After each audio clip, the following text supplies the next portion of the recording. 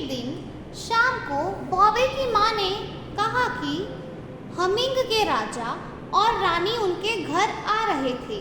फिर उन्होंने चिंतित होते हुए कहा, बेटी, क्या मैं यह उम्मीद कर सकती हूँ कि तुम उनके सामने जरा सलीके से पेश आओगी, अच्छे और साफ कपड़े पहने रहोगी। वैसे मैंने तुम्हारे लिए एक खास पोशाक तैयार करवा रखी है, तुम उसे ही पहनकर आना और मेहमानों से बहुत प्यार और शिष्टाचार से बात करना। जब बॉबी अपने कमरे में गई तो सतरंगी रंग की एक सुंदर पोशाक के साथ मेल खाती हुई सैंडल रखी थी। वहाँ मोतियों की एक माला थी। उसने खुद को आईने में देखा तो उसके हाथ मुंह बहुत मैले लग रहे थे। उसके बाल बिखरे हुए थे और उनमें पत्ते फंसे हुए थे। बॉबी तुरंत स्नान गृह में चली गई और नहा धोकर अपनी माँ द्वारा दी गई पोशाक पहन ली। फिर सैंडल और माला पहनकर खुद को आईने में देखने लगी। तभी रानी माँ वहाँ आई और उन्होंने उसके बाल संवारकर एक सुंदर सा पिन लगा दिया। अब बॉबी बहुत सुंदर दिखने लगी थी। वह खुद को आईने में देखकर हैरान हो गई।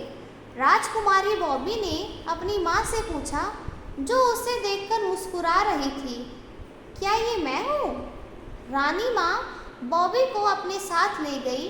राजा भी अपनी बेटी की सुंदरता देखकर बहुत खुश हुए। वे हैरानी से बोले, अरे, क्या ये हमारी राजकुमारी है? मैं तो इसे वाकई नहीं पहचान सका। सभी नौकर चाकर भी बॉबी को देखकर उसकी तारीफ करने लगे। तब बॉबी को एहसास हुआ कि उसे हमेशा इसी तरह सज संवर कर शालोनत से रहना चाहिए।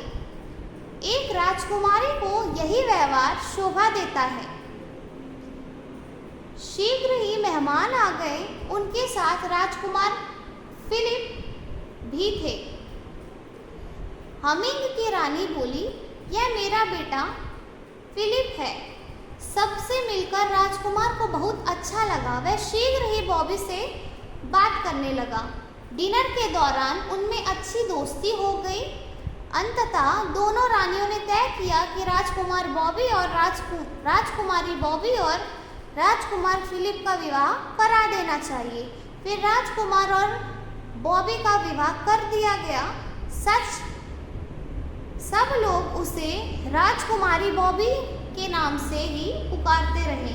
बॉबी को उस नाम से छुटकारा मिल गया था जो उसे बिल्कुल पसंद नहीं था। थैंक